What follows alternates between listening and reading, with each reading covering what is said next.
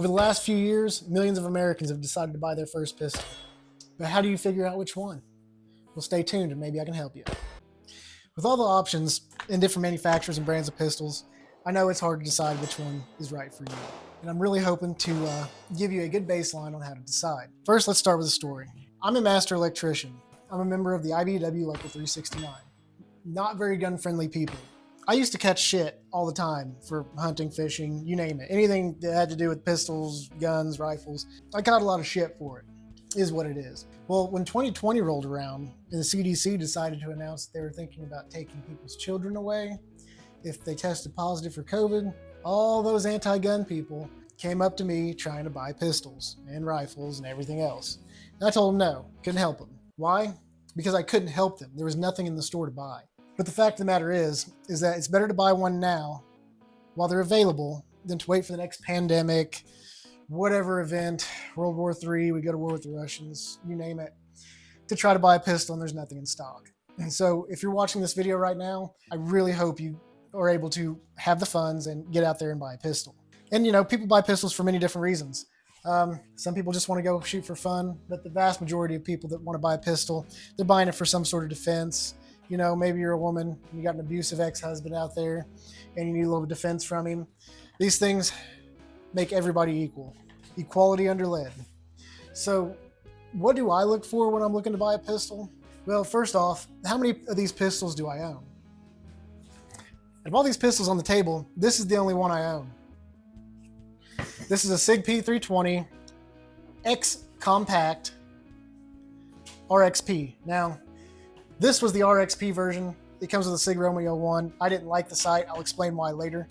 So I took the sight off, just running open height, suppressor height sights. I know that sounds like a bunch of gibberish, but this is the only pistol I use and carry every day, and I love it. Would I like to have more pistols? Yes, but I don't need more pistols right now. And these three are my girlfriend Diana's. And I'm going to bring her on later, and we're going to explain why and how she has those three pistols. But I need to run you through my factors when buying pistols. For all intents and purposes today, yes, this is legally a pistol. No, we're not talking about this type of pistol today. For all intents and purposes, today we're going to define a pistol as something you can carry and shoot with one hand, like this. Yeah, you can carry and shoot that with one hand too, but not very easily.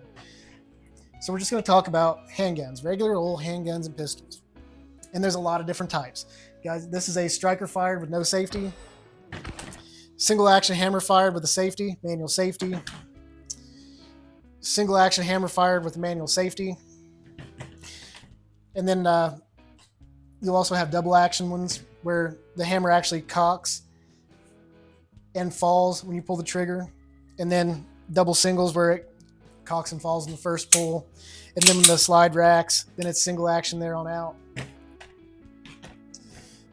So lots of different types of pistols. You have revolvers, single action revolvers, double action revolvers, single double revolvers, double action only revolvers. And revolvers are good choices for pistols too. So let's talk about my metrics for buying a good pistol. So when I go and I look for a good pistol, I've owned several pistols. I'm looking for the following now. First and foremost, I want to make sure it's made by a reputable manufacturer with good reliability. That's why I choose this. I like SIG. SIG recently picked up a military contract. I believe all branches of the military are using SIG now. I know the Marine Corps for sure is using the SIG M18. The Army might be using the M17. But it's a good, reputable manufacturer. Now, has SIG had problems? Yes. Yes, they had an issue where when the pistol dropped, in this at this exact angle, it would go off. Aaron can explain it better than me, but it had to do with the trigger weight. And we're going to bring Aaron on later and talk about his pistol and why he chose his pistol. So this is a good, reputable manufacturer. They fixed that issue. It's fine now. Another thing you have to take into consideration, well, and go back to manufacturers real quick. This is a Kimber Micro 380. Kimber has been hit or miss, but they're really good, high-quality pistol most of the time. And we've not had any malfunctions out of this one. Ruger Security 380. Ruger's another reputable brand, makes good stuff. The LCP, LCP2, very common for carrying. This is more of a full-size 380, and it's got the easy rack, is what they call it. So it has a very light recoil spring, and that can come in handy for certain people, and we'll explain that later. Second thing is going to be your state and local laws. I travel all over the country. I've lived in several different states. State and local laws are different everywhere. So where I'm at in Kentucky, I can have as many rounds in this pistol as I want. 10, 20. Hell, I could put a fucking drum mag on this thing. Nobody can tell me I can't. You go to California, on the other hand, totally different ball game. So sometimes you have to stay within the confines of your state and local laws. And staying within the confines of your state and local laws might involve, well, I can only carry a pistol or a revolver. I can only carry a revolver because it holds 5 shots. Because they've got your state might have a 5-shot magazine capacity or whatever. Well, if you run a Smith & Wesson Airway, that thing holds 5 shots. You're good. Stuff like that. So you got to keep your state and local laws in mind. My third metric is ease of use. Now let me tell you a story. This pistol is easy for me to use. Easy for me to rack the slide. Not a big problem.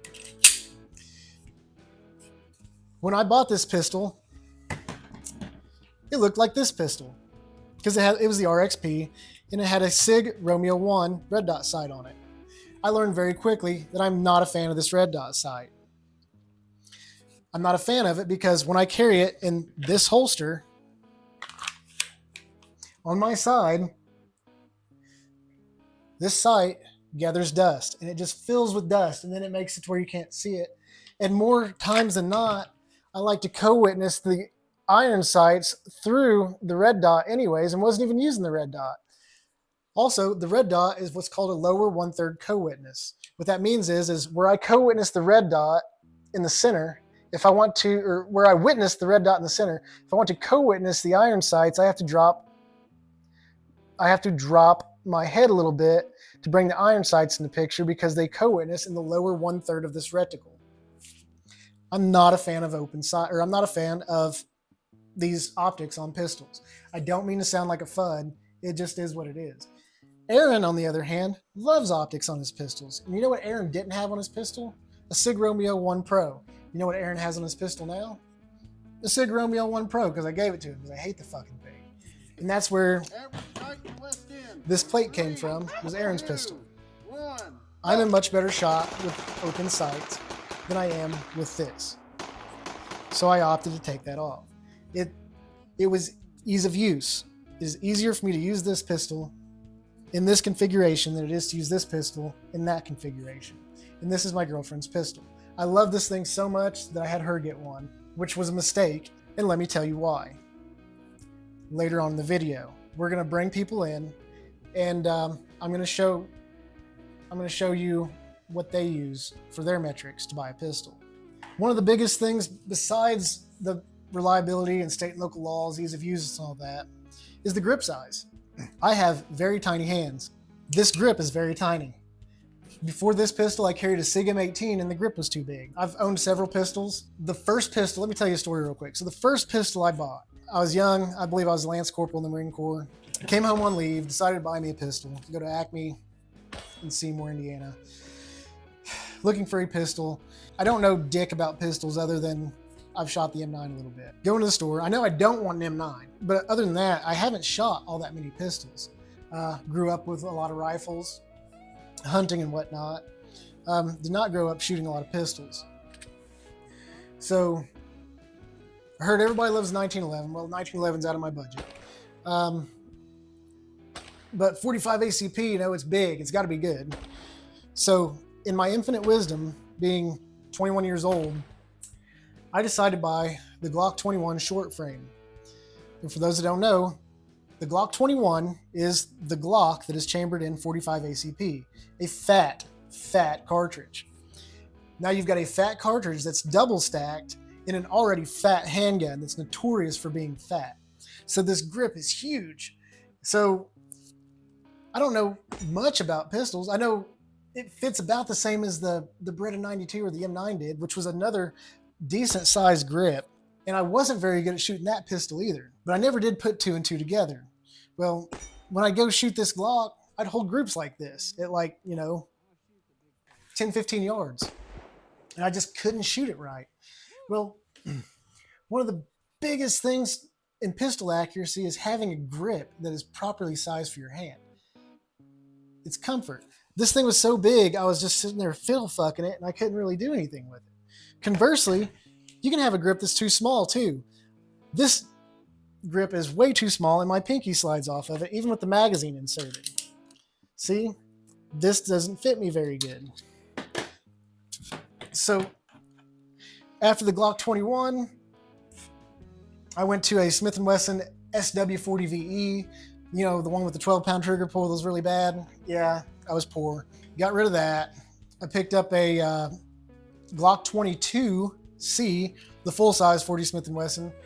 Still a big grip, but a lot smaller, and I was able to shoot that one accuracy with a lot of practice, because you have to practice. Traded that one in for a Smith & Wesson XD-E9. Did not like that. Once again, the double single action, I did not like the trigger on it. I did not like how far the trigger set back during the single action. I felt when I had gloves on it, I couldn't. I felt if I had gloves on it, I wouldn't be able to shoot it well, or adequately put enough pressure on the trigger to even get it to engage. And I got rid of that real quick, traded it off for a Glock 19. Loved the Glock 19. That was a pretty good pistol, pretty reasonably priced. Ultimately wanted to try the SIG. They come with tritium sights, my Glock didn't. Yeah, I could have hammered on some tritium sights, but I just wanted to follow the trend, so I picked up an M18. Once again, the M18, decently meaty grip. They're modular, you can change the grip sizes on them, but this one came with a medium grip. Did not do me very well. I was not super accurate with it, but I did enjoy carrying that pistol. Got rid of it. And now I'm onto this guy. And this has the smallest grip out of all the SIGs that I've ever shot. Aaron's has a little bit bigger grip, but it's almost the same pistol. But I can really wrap my hand around this. My fingers stay on the grip. And then when I cup and go to trigger, or go to grab the trigger and squeeze that trigger, I can get a good, nice trigger squeeze, because I'm not back here where I can barely grip it, and I'm not choked up on it either. So grip size is extremely important for accuracy, and I can hit a half-size steel plate at 50 yards pretty consistently with this pistol. Another thing that you need to take in consideration, and this isn't super critical, is your ammo capacity. Once again, the SIG M18 comes with a 17-round, 21-round magazine. My Glocks had 15s. My 21 had a 13. I've had a lot of varying magazine capacities. This one holds 15 rounds. It comes with two 15-round magazines. They sit flush. That's fine. What I like about this pistol, though, is I can use the 17-round magazine of the M18 with a little bit of overhang, and also that 21-round magazine with the M17 M18s with that overhang. So I can, magazine capacity is what I want to make it. I typically carry with the 15-round magazine because it's easier to conceal that way. And then I'll usually take a 17 or a 21 and put it in my pocket, and that's all I carry with. I don't think you need much more ammo than that. Most self-defense shootings are resolved in 3 rounds or less. So you don't have to have an autoloader. It's up to you what you're comfortable with. But don't think you have to go out and get an autoloader with 15, 17, 21 round magazines for defense, when most shootings are resolved in 3 rounds or less. I'd even say 6 rounds or less, which puts every revolver, almost every revolver, in that wheelhouse. So capacity is important for me. I do like to have the extra capacity, but it's not a necessity. I'd be perfectly comfortable carrying a Smith & Wesson Airweight with a 5-shot revolver, or 5-shot cylinder. It wouldn't hurt my feelings at all. Now, the next consideration is caliber. Now, on caliber, this is a 9x19, 9mm Parabellum, whatever. I use 9mm because it's cheap and it's common. You can find it anywhere. And it has a decent amount of kinetic energy, a good balance between kinetic energy and capacity, which is important, somewhat important. And mostly I can afford to shoot this. I can afford to shoot this extremely well. I can buy a case of ammo for this thing for like $300. A case is 1,000 rounds. And that's a lot of shooting. I've actually got I got a case of MagTech sitting in my garage right now that I need to burn through. That's why I chose 9mm. Now, 45 ACP and 40 Smith & Wesson are both good options. 380 is a good option. But let me explain some stuff here. So most 9mm and most 40 Smith & Wesson, most 45 ACP all deliver similar amounts of kinetic energy. They just do it in different ways. 45 ACP does it with a big fat bullet that's going real slow. This does it with a smaller bullet that's going faster. 40 Smith & Wesson, you can kind of go either way on that. Another thing to take into consideration is recoil. 9mm doesn't have a whole lot of recoil, makes for quick follow-up shots. In my case, 40 Smith & Wesson does have more recoil for about the same amount of kinetic energy. So does 45 ACP, and 45 ACP almost always has a diminishment in your capacity. Glock 21, huge, 13 rounds instead of 15. Does the 2 rounds make a difference? I'll let you decide on that. To me, it doesn't. So there's caliber. 380 is another good one. A lot of people carry 380.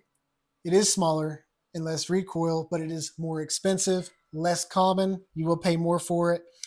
The other caveat to that is with a common ammo or a common caliber like 9mm, anytime a pandemic or panic buying happens, 9mm leaves the shelves first. Usually there's some oddball calibers that you can find. 380 might be one of those oddball calibers that will still be on the shelves. And this is also a 380. These, like I said, these are my girlfriend's guns. We're using 380 for the recoil. Now let me show you something real quick. Now the 2 pieces of ammo I have in my hands are the SIG Elite Defender 9x19 115 grain hollow point. This is the SIG Elite Defender 380 ACP hollow point Elite Defender. This 9mm is a 115 grain bullet traveling 1185 feet per second, producing a kinetic energy of 359 foot-pounds. This is a 90 grain bullet, significantly less weight, traveling 980 feet per second, which is subsonic, delivering 192 foot-pounds of kinetic energy. Almost 150 foot-pounds of kinetic energy less. How's that translate on a target? We'll find out when we get to the range. But I can tell you already, you're going to see a big result in a big difference in stopping power. So my next key point to figuring out which pistol you need is going to be parts and magazine availability. This Kimber Micro 380, it's an expensive gun. Parts are expensive for it. Magazines are expensive for it. This Ruger Security 380, I don't know, but I doubt you're going to be able to find very many aftermarket parts for it. It doesn't seem very common. And I kind of looked at the stores like Academy and stuff, and I haven't actively seen any of these magazines for it, just on the shelves. What I have seen a lot of magazines for is Glocks and SIG. And Magpul makes aftermarket magazines for this pistol. There's a lot of parts, a lot of magazine availability. Same thing for Glock. So this right here is a Magpul magazine. The rest of these are SIG. This magazine is less than half the price. It's less than half the price of these other magazines. This right here is like a $60 magazine. I think I paid 19 bucks for this. I got these at Shields in Wichita, Kansas. So that's something to keep into consideration. If you want to go buy extra magazines, some of these other pistols that aren't as common, they are going to be more expensive or not as easy to find, or they don't make aftermarket magazines for them because these magazines are still expensive. And then, you know, being able to find parts for this thing, you can buy aftermarket slides. You can get STL files to 3D print this thing if you want. The SIG P320 is extremely common now.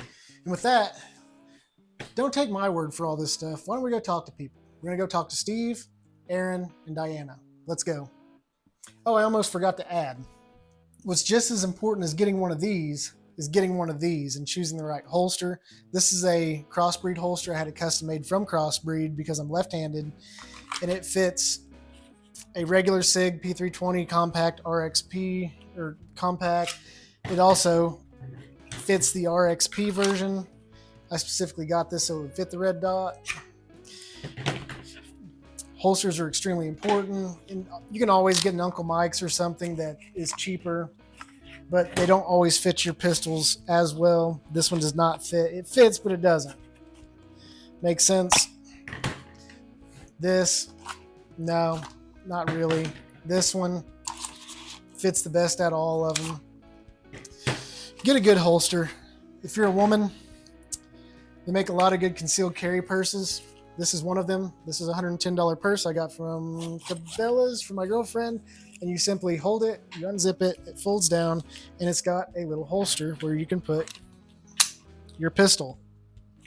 And then you can grab it and go. And it's ambidextrous. It just Velcros in. And this holster will also hold the larger pistol, just not as well. It would need to be repositioned a little bit. A good holster's worth just as much as a good pistol. All right, now let's go talk to everybody else and see what their opinions are. Okay, guys, I've got Diana and Anna with me, and we've been talking about pistols and how to choose the right pistol.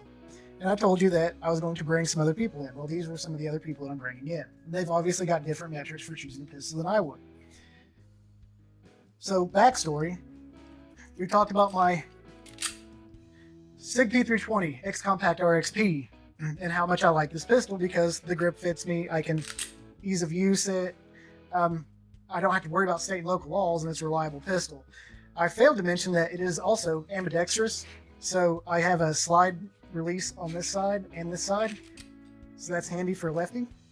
And I've also changed the magazine release to where I can hit it with my thumb being left-handed.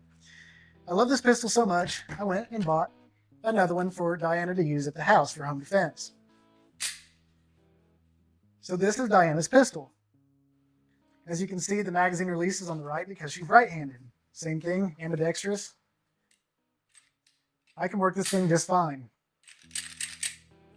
The problem is, she can't. So tell me about what you got going on with your hands. Well, I have trouble with my hands. I developed nerve damage as I got older. So I have to kind of adapt to how I typically would look at guns or shoot them. So it gets a little bit challenging just because I can't rack them all the same way I would a few years ago. So there are some that I like better than others, and I'm still kind of seeing what's out there with handguns. Yep. So show us how, if you can rack the slide on this.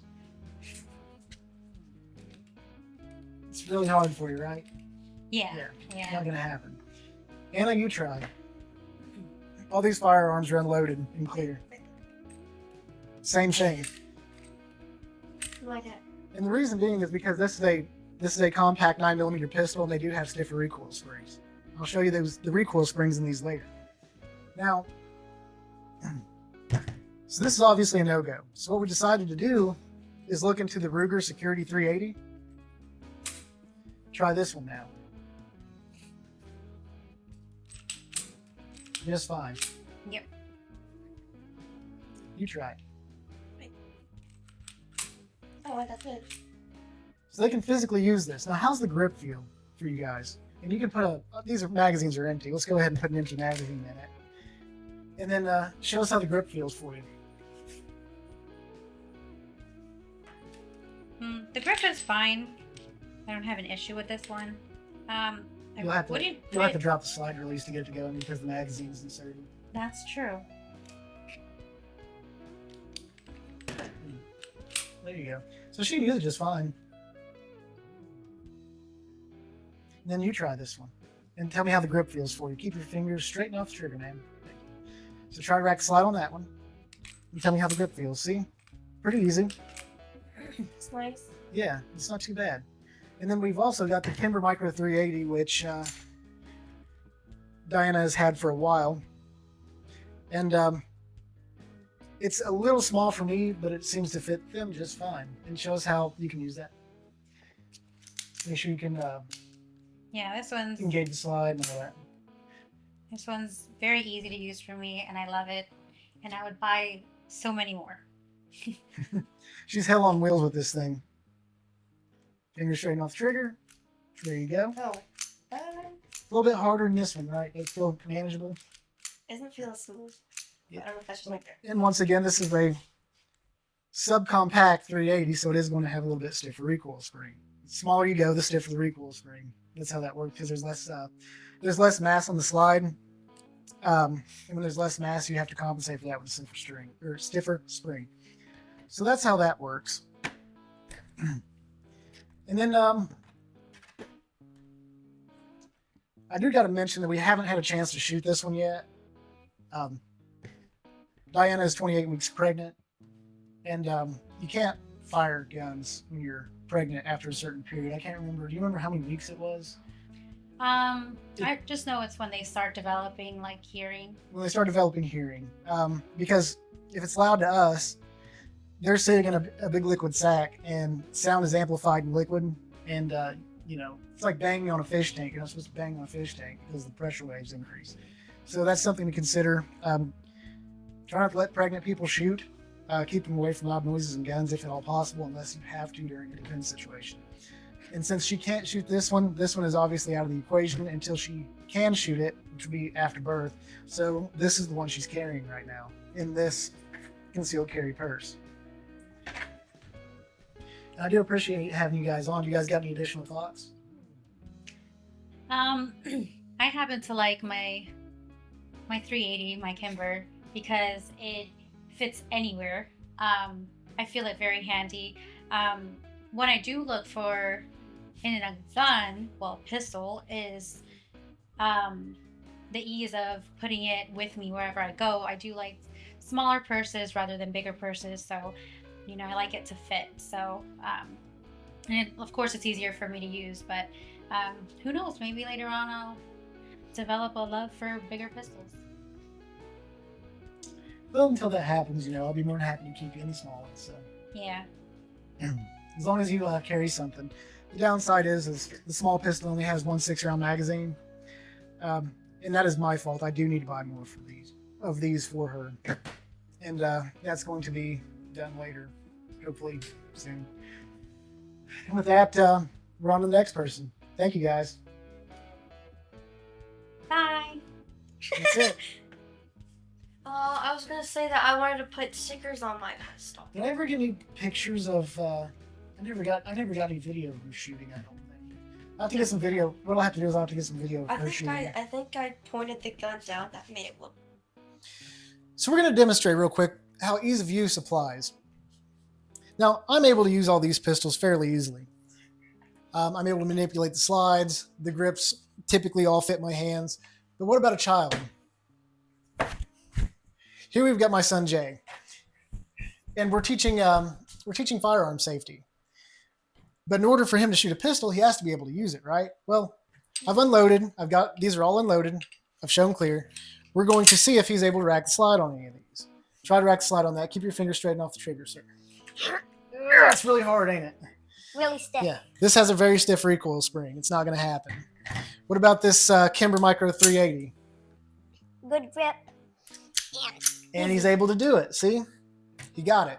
And look, it fits his hand really nice. So this would be a good pistol to try to teach a child how to shoot. And then we've got the Ruger Security 380. Try this one. That's the easy rack design. So easy a child can do it. But the But handle. the grip's a little bit too big for him, right? Grip's a little bit too big. Now, ultimately, you can't go wrong with the Nerf gun. Let's show the camera how you do the Nerf gun. There it is. So I was talking about why I chose this pistol as my everyday carry, home defense, everything pistol. It's the only pistol I own. These are Diana's. Let's talk to Aaron. I've got Aaron here, and let's see what he thinks and why he chose the pistols he did. Well, my everyday carry home defense pistol is the SIG Sauer P320. I use the compact version with the SIG Romeo 1 Pro red dot. Where'd you get that red dot? You. Because I don't like them. I prefer red dot. And Both my pistols have red dots on them, just because I prefer them. If you don't, that's your preference, but I like them. So I got mine from Chris when he got rid of his because he didn't like it. Something about being too old or something. I don't know. Yeah, I went full FUD on that one. Yeah. So this is what I went with. In terms of picking it out, my first ever pistol was the SIG Cellular P320, like the M18, the same version the military carries. Um, I I like it. I love that pistol. So I sold the original SIG Sauer P320. I owned the M18 version to Chris, and when I sold it to him, I got the Springfield XDE. Granted, it doesn't come with that or the red dot, but it does come sight ready. Which I'll get into everything and how it played in. I'm just kind of laying out what I've used, what I've shot. So I shot this and I carried this for a while. This was my primary carry gun. But eventually it was just too big, too clunky. So I switched back to the P320 compact, and it is not the military version with the manual safety. It is just a straight striker fired version. Is that one the same size as the M18? No, it is. It Slightly is shorter. one. Yeah, it's like one size smaller ish. Yeah, I think it's got like a half-inch less on the barrel, and the bottom of the grip is a good amount shorter. Like the M18 sticks out here. Okay. Now show your grip profile versus mine. You have a larger grip profile on yours, and that's the difference. Yes, it's a So- little bit fatter. Yeah. too. And does the fatter grip fit your hand better than when you tried Yes. mine? Yes. Yep. So that is a pretty big determining factor in choosing a pistol. Is it safe to say grip size had a big determining factor in that? And it is also part of the reason I switched off of the Springfield. Is this grip is just it's ginormous. Yeah. I can shoot this comfortably. You know, in my case, this is a good grip. I like it. It is just huge when it comes to carrying. Mm-hmm. For a gun, you're gonna have on you every day, anywhere. The grip, the whole gun. I mean, we stack them on top of each other. The lighting's not great, but Yeah. It's a pretty. For an It's a much larger pistol. You know, a larger 9mm with a longer barrel. You are going to get more velocity. You got a better sight picture because there's more distance between the front sight post and the rear sight's aperture. and But it ultimately, came with It's 20 harder to carry. round max. 20 round magazines. Yeah. And capacity is Yeah, another determining honestly. factor on selecting a pistol too. So what else made you want to get those particular pistols? What caliber are those pistols in? All three. Well, technically, I've owned 4 handguns. All three of the one that I first bought was 9mm. These two are both 9mm. I just smashed my mic there. Oops. No, you'll have that. Yeah, just that's like a headphone. Ow, in case. Both of these are 9mm, and I own one 1911 45 ACP. I don't have it on me. It is back with my parents. Because I like to keep the number of guns in my apartment to a minimum, just because guns are expensive and I don't want them getting stolen. So if I don't use it, it's not here. Some big things that made me pick this. I think the first big reason I picked this gun in particular was it was smaller. I knew from carrying the Springfield for the time I did, I wanted something that was a step down from this, something that wasn't so bulky and huge, and because of that, it's also lighter. This gun feels significantly lighter than this by probably a pound. Like, Less material makes sense. That- yeah, that sounds like an over exaggeration, but if this SIG is lighter than that Springfield by anything less than a pound, I will be thoroughly shocked. So magazine size honestly didn't play too much of a role in my decision. I know it does for some people, but in my case, it didn't. And that's partially because I choose to open carry. So I kind of go with the go big or go home decision. So I will note to any keyboard warriors in the comments, I open carry because Kentucky state law requires me to, as I'm currently under the age of 21, and thus can possess a handgun and can own one so long as it's purchased through private sale, but I cannot concealed carry a deadly weapon. And that goes So- back to the state and local laws for being certain reasons to have certain handguns as well. Trying to think. Another big factor was how easy is it to take down. So that pretty much immediately ruled out something like a Glock, which I have always struggled to take down Glocks. Because you got to And- grip the two little small things instead of just Yep. sliding this lever So down. yeah, on the P320, you can kind of see at that angle. That all you do is, if I can figure out which direction is down, all you do is pull it down. It's a lot easier when I'm holding it the other way, and then let it down, and it comes in half. So that pretty much immediately ruled out a Glock because I have always struggled with Glocks to take down a Glock, because you gotta like pull it back like yay much, and then grab two little prongs and pull it down, and then let it forward. And that also ruled out like the 1911s, because 1911s, God Almighty, putting those things back together is a nightmare. It takes you a few minutes at least. So that did pretty much narrow me down to any pistol that has this little hammer. So all you have to do is lock it back and flip a lever, and then your top comes off. SIG, the early days of the SIG P320, they did have problems where if you dropped it, it would go off. Boom. I actually am very well versed in that issue. I know what that was and everything. That problem has been solved. I could drop this all day long and it's not going to go off.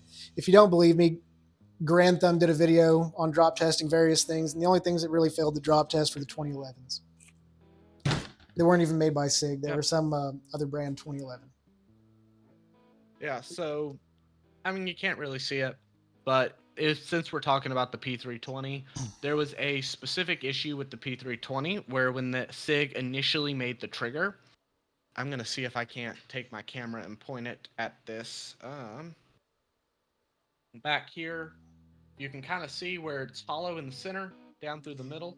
So right through here, there used to Okay. be a single strip of plastic composite running down that back point right there.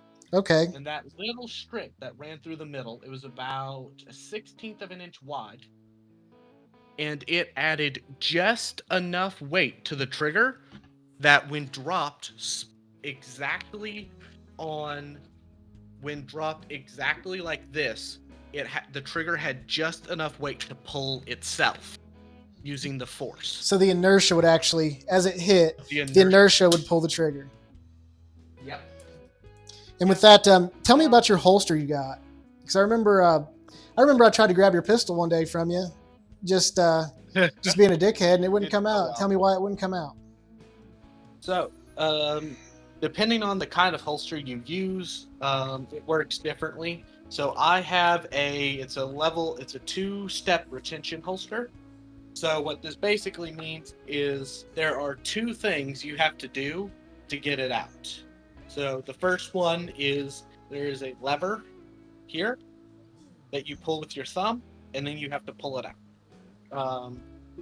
Well, I think that technically kind of makes it a 1-step retention. Either way, it's put right up here. So it's not only is it really hard to see, it also just looks like the rest of the holster. So if someone's eyeing up your gun, in my case, this is really important because I open carry. So if someone's sitting here eyeing up my pistol, they're not likely to see that this is a lever. So Yep. if they just run up and grab it, it's can't not get it going all. anywhere.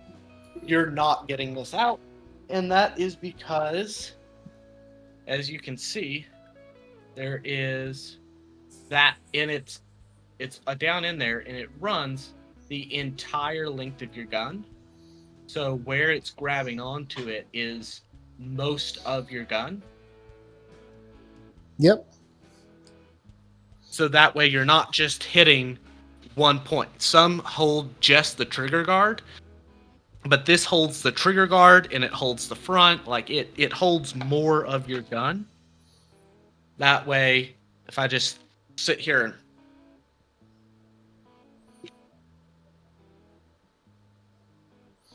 yeah, it's not coming out. Now, Like go ahead and put your pistol back on screen with the holster, and show us what you got going on with that that shield over the optic. Does that keep dust out of the optic? yes, it's a dust cover. So it just pops up and then pops back down. That was one of the biggest problems I had with carrying this pistol, and why I removed this optic was because it constantly got dust in it, and it made it hard to see out of. That was a huge determining factor in just removing it, and that holster would remove that problem. And choosing the right holster is just as important as choosing the right gun. And as you can see by Aaron's case, your state and local laws do affect your holster as well as your gun. That is a big thing that I had to consider is when I chose my holster, when I chose my gun, I had to look at it and I had to say, well, what am I even allowed to do according to my laws?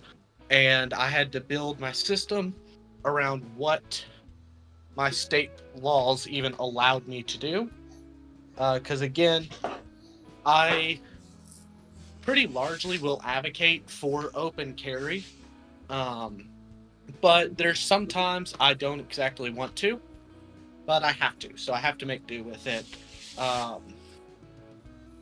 So a big thing that I had to do is I picked a drop-down holster. It's a drop thigh, drop down, take your pick. It sits on the thigh, and then the physical holster removes. So again, what is nice about this and a determining factor in my decision was the fact that I could get more of these attachment points and then attach the holster for this gun there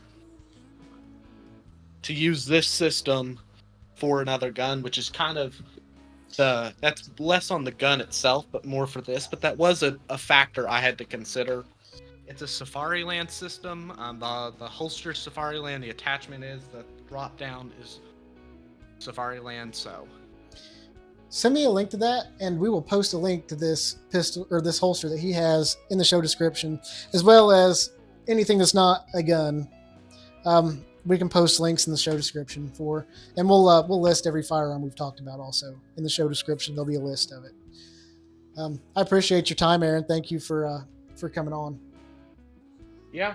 The big thing I need to do too that I'll also say is whatever gun you know, if you all see this and you say, boom, I'm going to go get a SIG. Don't know why you just take my word for it. Don't take my word for it. Do your own research.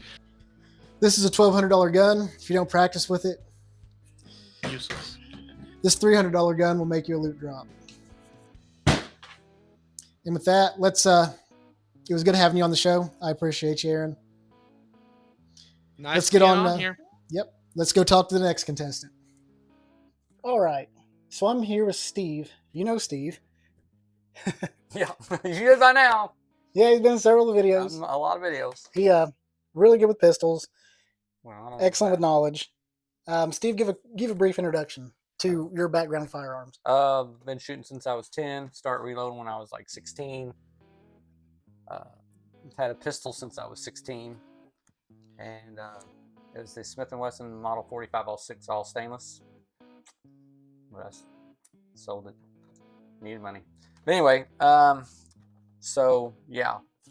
So it's been a long journey of finding the right pistol that I like. Because realistically, that pistol was too large for carry. But Yeah. we're going to get into that. All right. So, what do you think the biggest mistake first-time pistol buyers make? They don't choose probably the correct caliber, and they don't pick a gun that is appropriately sized for them. That makes sense. We'll go into that later.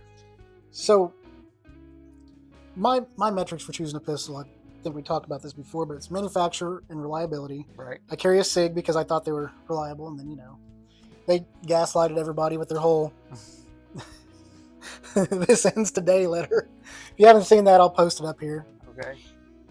And then, so yeah, manufacturer liability, legal considerations, Yeah. like can you legally carry this pistol where you're going? Ease of use, meaning like this one, can I manipulate the slide? Does it fit? Can I actually squeeze the trigger? Double action. This is a Model 29, you know. Some people might struggle squeezing the trigger on these, see? If you got weak hands. Another one, grip size is huge for me. Ammo and capacity, caliber, parts and magazine availability. So what are your metrics for choosing a pistol?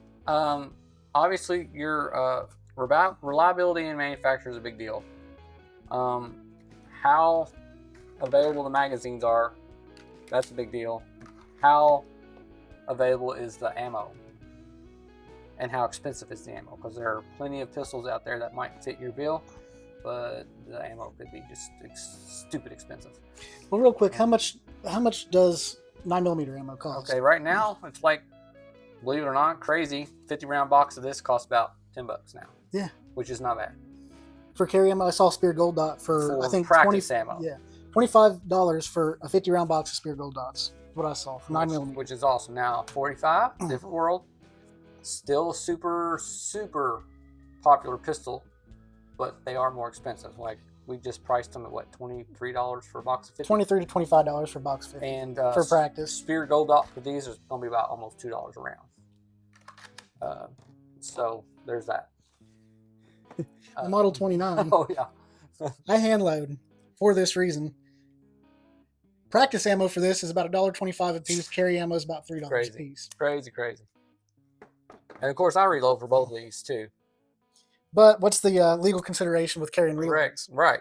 Every attorney I've ever talked to said that if you're going to carry a firearm for self-defense, the ammo should be factory.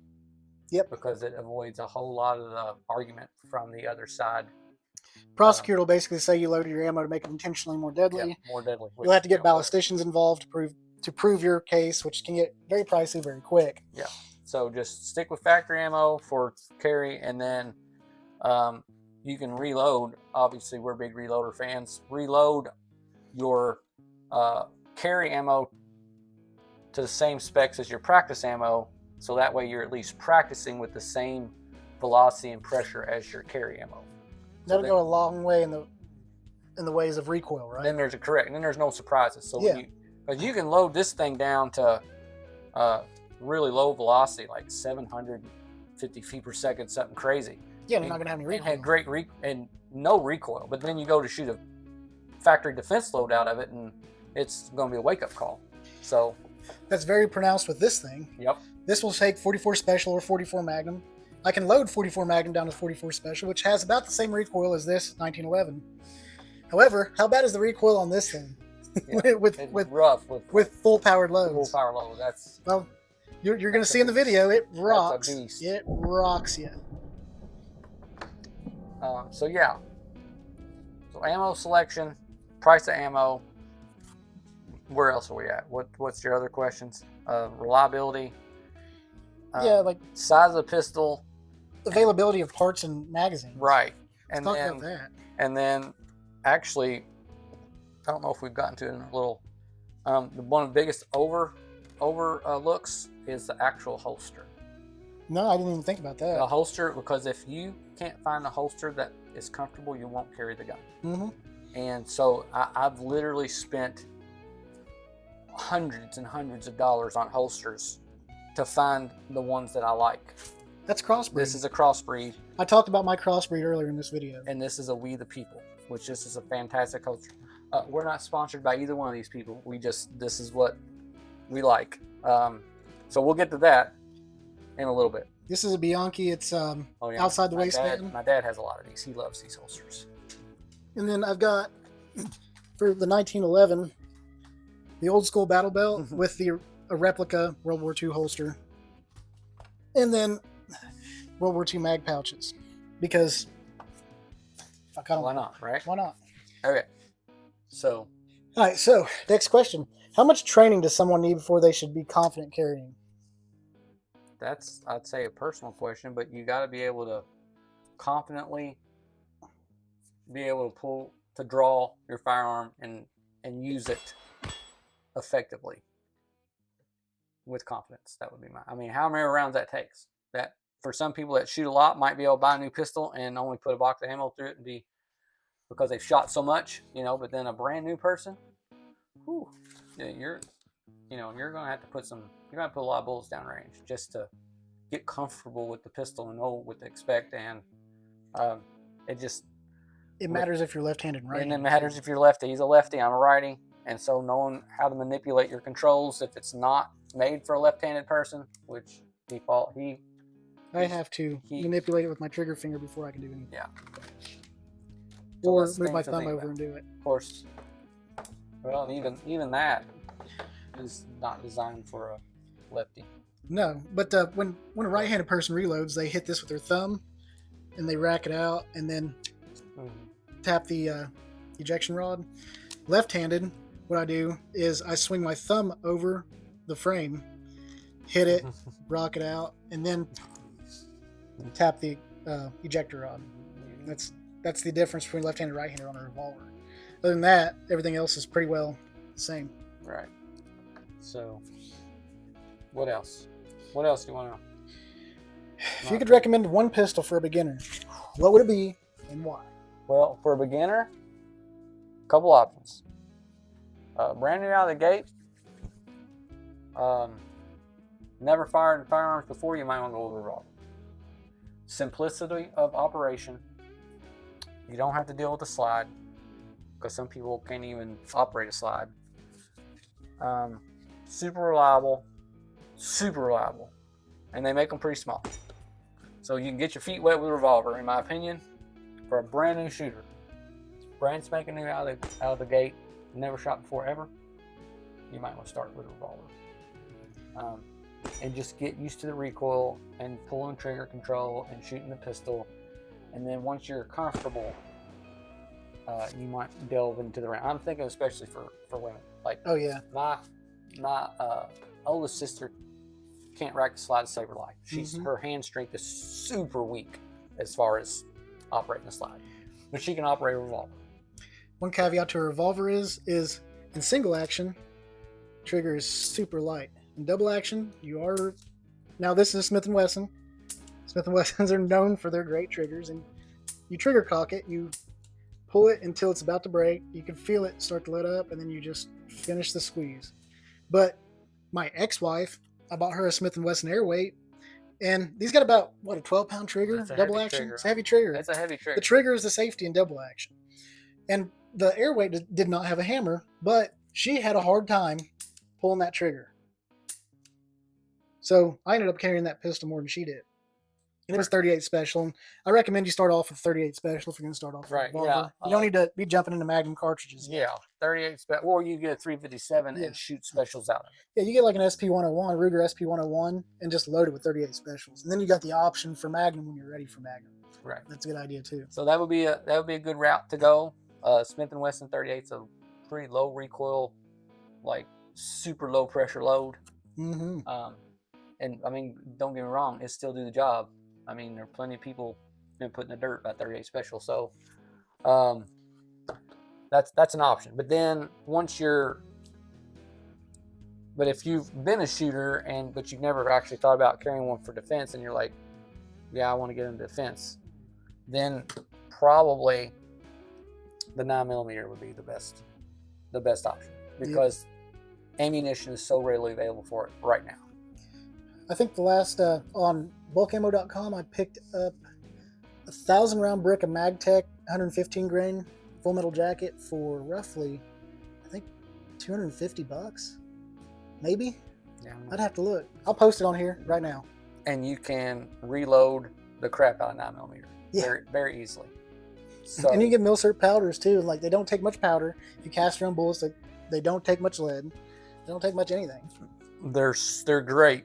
There's a metric fuck ton of military brass out there that you can buy too. Yeah. So anyway, we'll get into more details later. Yeah. So this is the short version of this.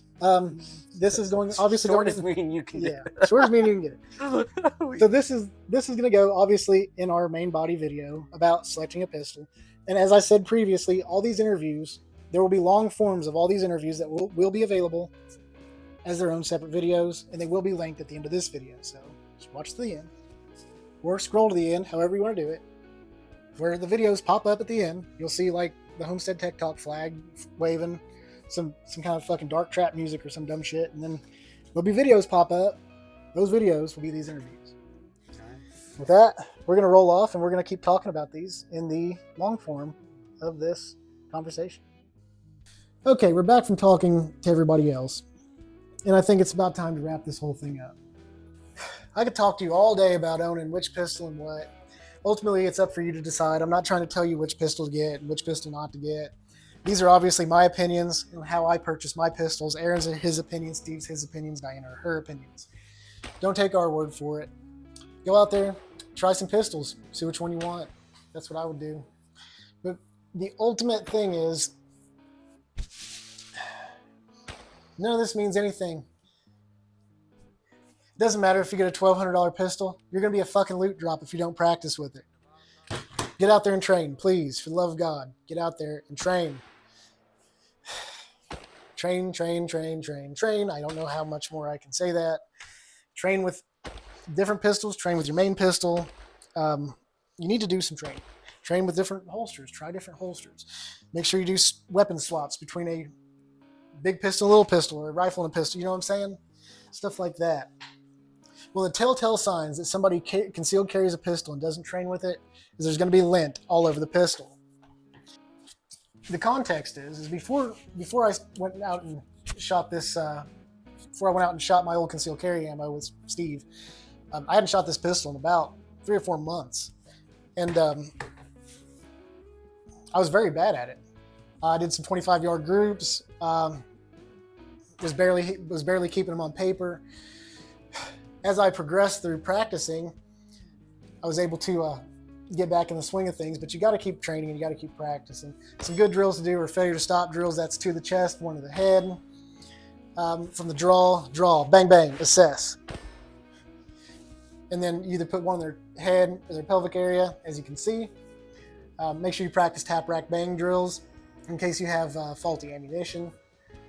And believe it or not, I had not 1, but 2 failure fires in my carry ammo when I shot it, which was pretty good that I shot that ammo up and replenished my carry ammo with new ammo.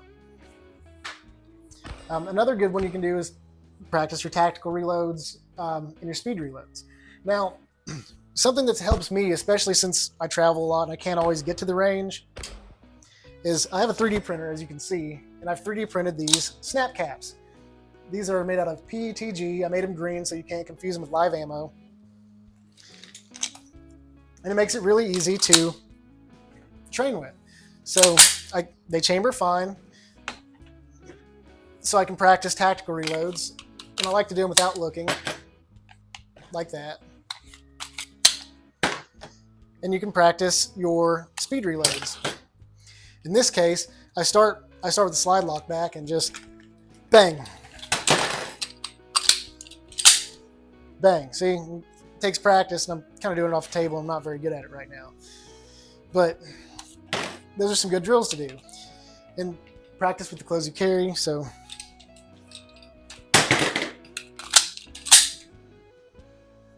stuff like that.